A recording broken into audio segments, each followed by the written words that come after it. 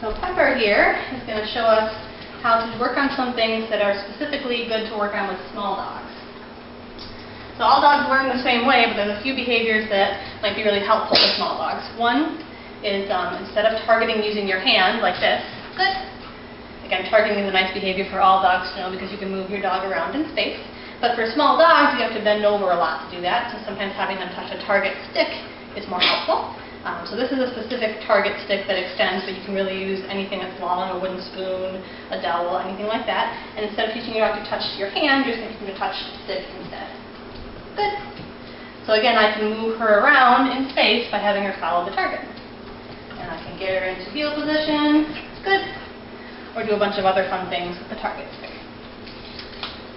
It also might be helpful to teach your small dog to jump up on something on cue, Pepper.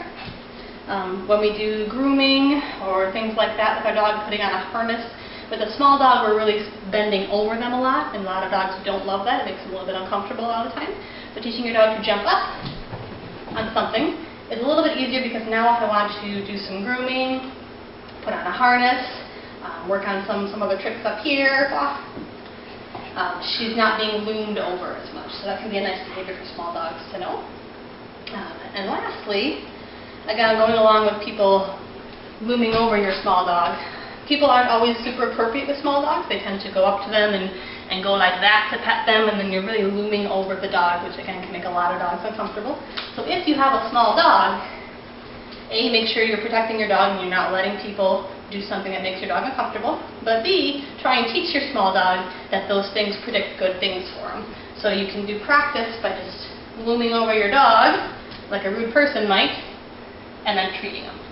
So I just want Pepper to think that somebody coming over her like that is a cue that she's going to get something good. Right? And then small dogs are just fun because you can teach them some things that you can't necessarily do with bigger dogs, like jump through your legs. Very good. That would be a little bit harder with a bigger dog.